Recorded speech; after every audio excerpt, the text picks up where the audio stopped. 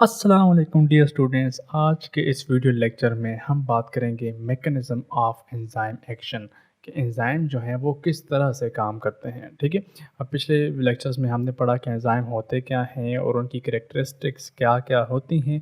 आज के video lecture में हम पढ़ेंगे कि मैकेनिज़्म ऑफ एंजाइम एक्शन कि एंजाइम अपने एक्शन जो है वो किस तरह से परफॉर्म करते हैं। ठीक है, अब एंजाइम जो हैं उनके अंदर एक स्पेसिफिक जगह होती है, एक स्पेसिफिक साइट होती है। ठीक है, जहाँ पे आके सबस्ट्रेट ने बाइंड करना होता है। ठीक है, एक स्पेसिफिक जगह होती है, यानी कि पूरा का पूरा एंजाइम जो है वो यूज़ नहीं होता, जस्ट एक छोटी सी जगह होती है, वो जगह यूज़ होती है और उस जगह को क्या कहते हैं, एक्टिव साइट कहते हैं। ठीक है, एक्टिव साइट वो जगह होती है एंजाइम में जहाँ पे एक सबस्ट्रेट आके अटैच होता है एंजाइम के साथ और एंजाइम उसे आगे मज़ीद प्रोडक्ट के अंदर तब्दील कर देता है। ठीक है, तो जो सबस्ट्रेट है उसको हम एस से डिनोट करते हैं और एंजाइम को ई के साथ। तो जब ये दोनों आपस में मिलते हैं तब हमारे पास एक एंजाइम सबस्ट्रेट कॉम्प्लेक्स बनता है। ठीक है, तो एंजाइम सबस्ट्रेट कॉम्प्लेक्स जो है वो थोड़ी देर के लिए कन्वर्ट होता है एंजाइम कम प्रोडक्ट कॉम्प्लेक्स के अंदर और उसके बाद जो है एंजाइम और प्रोडक्ट अलग-अलग हो जाते हैं। ठीक है, यानी कि सबस्ट्रेट जो है वो आके बाइंड करता है एक्टिव साइट के ऊपर। ठीक है, तो हमारे पास एंजाइम सबस्ट्रेट कॉम्प्लेक्स बन जाता है। इसके बाद एंजाइम अपना फंक्शन परफॉर्म करता है सबस्ट्रेट के ऊपर और एंजाइम प्रोडक्ट कॉम्प्लेक्स बनता है, लेकिन ये अभी तक आपस में जुड़े हुए होते हैं। इसके बाद एंजाइम जो है वो प्रोडक्ट को लीव कर देता है, तो हमारे पास ई प्लस पी यानी कि एंजाइम अलहदा हो जाता है और प्रोडक्ट्स जो हैं वो अलहदा हो जाती हैं। तो इस तरह एंजाइम जो है अपना एक्शन परफॉर्म करते हैं। एंजाइम एक्शन को बताने के लिए हमारे यहाँ दो मॉडल पेश किए गए, जिसमें जब जो पुराने वाला था उसका नाम था लॉक एंड की मॉडल और जो नए वाला था उसका नाम है इंड्यूस फिट मॉडल, जिसको हम आज भी मानते हैं। ठीक है, तो सबसे पहले पढ़ते हैं लॉक एंड की मॉडल। लॉक एंड की मॉडल जो था वो 1894 के अंदर एम एल फिशर ने दिया था। ठीक है, एम एल फिशर ने 1894 के अंदर लॉक एंड की मॉडल दिया था और उसके मुताबिक क्या था कि एंजाइम और सबस्ट्रेट जो हैं आपस में ताले और चाबी की तरह होते हैं, लॉक एंड की तरह होते हैं, यानी कि दोनों की साइड जो है वो स्पेसिफिक होती हैं, हार्ड होती हैं, चेंज नहीं होती। ठीक है, जिस तरह ये चाबी जो है आपके पास जो ताला और चाबी होती है तो उन दोनों की शेप जो है वो चेंज नहीं होती, वो परमानेंट और फिक्स्ड होती हैं। तो इसी तरह जो एंजाइम और सबस्ट्रेट है उनकी साइड भी फिक्स्ड होती हैं, कभी चेंज नहीं होती और ये दोनों आपस में बाइंड करते हैं और अपना फंक्शन परफॉर्म करते हैं। एग्जैक्टली जिस तरह आप ताले के अंदर चाबी दे के घुमा देते हैं और ताला जो है वो ओपन हो जाता है। तो एमल फिशर ने ये मॉडल दिया था कि एंजाइम और सबस्ट्रेट जो है लॉक एंड की तरह होते हैं और एक्टिव साइड जो है वो हार्ड और रिजिड होती है, कभी चेंज नहीं होती। बाद में ये वाला मॉडल जो था वो रद्द कर दिया गया, क्योंकि कुछ एंजाइम जो थे उनकी एक्टिव साइड जो थी वो चेंज होती थी। इसके बाद दूसरा मॉडल जो हमारे पास है उसका नाम है इंड्यूस फिट मॉडल। ठीक है, इंड्यूस फिट मॉडल जो कि 1958 के अंदर डेनियल कोशलैंड ने दिया था।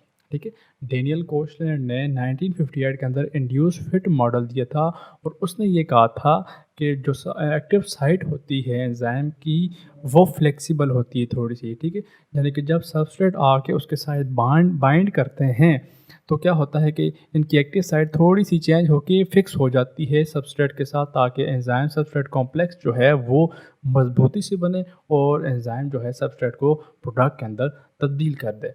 ठीक है, तो ये है कि इसके अंदर इंड्यूस्ड मॉडल के अंदर एक्टिव साइड जो है वो क्या होती है, फ्लेक्सिबल होती है, हार्ड नहीं होती है। ठीक है, तो उसकी कन्फर्मेशन लाजमी होती है एक्टिव साइड की कि वो सबस्ट्रेट के साथ बाइंडिंग करे। ठीक है, तो ये था आपके पास दो मॉडल, एक था लॉक एंड की मॉडल और दूसरा था इंड्यूस फिट मॉडल। जो हमारे पास अभी तक चल रहा है वो है इंड्यूस फिट मॉडल।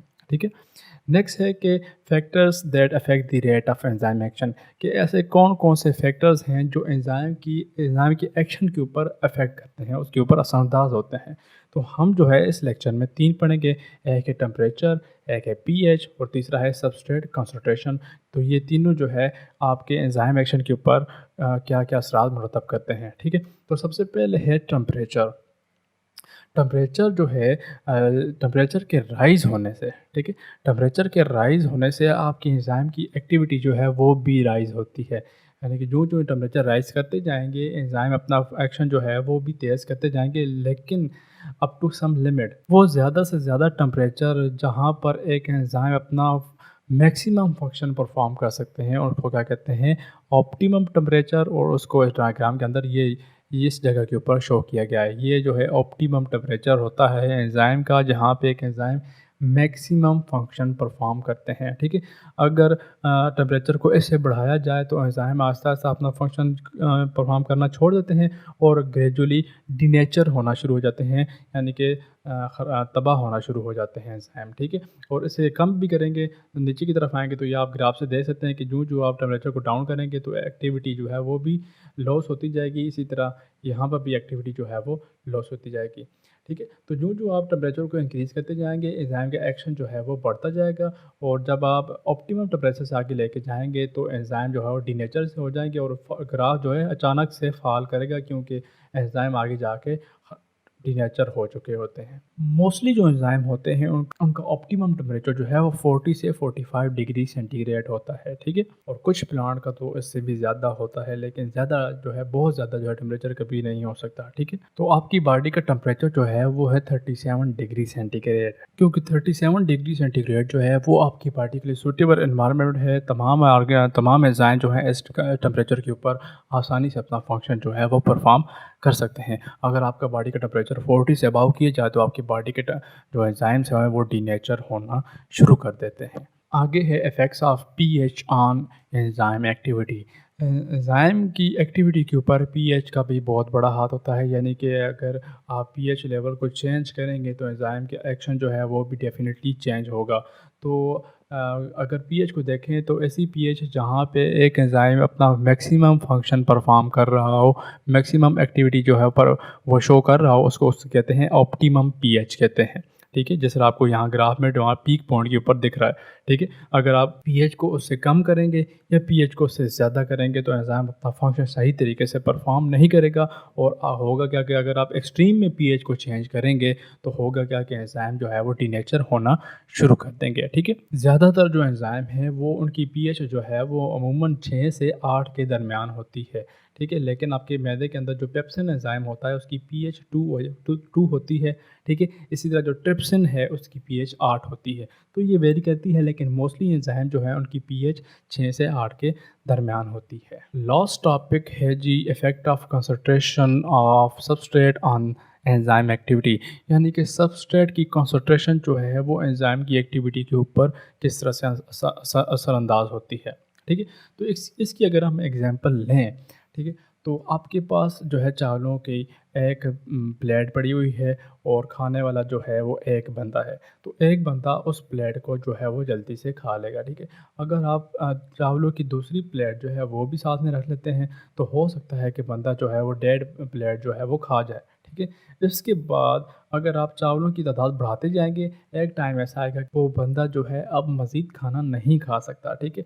यानी कि जो चावल उसके मुँह के अंदर आएँगे, जो चावल उसके पेट के अंदर आएँगे वही खाएगा, बाकी आप जितना भी इंक्रीज़ करते रहेंगे उसकी एक्टिविटी जो है वो ज़्यादा नहीं होगी। इसी तरह अगर एंजाइम्स के सामने उसकी सबस्ट्रेट की कंसंट्रेशन वो ज़्यादा करते जाएँगे तो उसका फ़ंक्शन जो है वो तेज़ होता जाएगा, लेकिन एक पॉइंट ऐसा आएगा जहाँ पे जाके उसकी सबस्ट्रेट कंसंट्रेशन का कोई असर नहीं पड़ेगा, क्योंकि उनकी जो एक्टिव साइट थी वो फ़िल हो चुकी होंगी, ठीक है? उसकी एक्टिव साइट जो होगी वो फ़िल हो चुकी होंगी, इसीलिए अगर आप सबस्ट्रेट कंसंट्रेशन को बढ़ाते भी रहेंगे तो एंजाइम की एक्टिविटी के ऊपर कोई असर जो है वो फ़र्क नहीं पड़ेगा। तो होगा क्या कि ग्राफ जो है आगे जाकर एक सीधी लाइन इख्तियार कर लेगा, ठीक है? तो शुरू में जब आप सबस्ट्रेट कंसंट्रेशन बढ़ाते रहेंगे तो एंजाइम अपना फ़ंक्शन तेज़ी से परफ़ॉर्म करेगा, लेकिन जब वो सैचुरेटेड हो जाएँगे, जब उनकी एक्टिव साइट सबस्ट्रेट से बढ़ जाएँगी, तब सबस्ट्रेट कंसंट्रेशन को बढ़ाने का कोई फ़ायदा नहीं होगा, क्योंकि एंजाइम इससे ज़्यादा अपना फ़ंक्शन जो है परफ़ॉर्म नहीं कर सकता। तो इसके साथ आपका ये चैप्टर जो है ख़त्म हो जाता है। उम्मीद है आपको ये लेक्चर समझ आया होगा। अगर आपको कोई क्वेश्चन वगैरह है तो नीचे कमेंट सेक्शन में पूछ सकते हैं।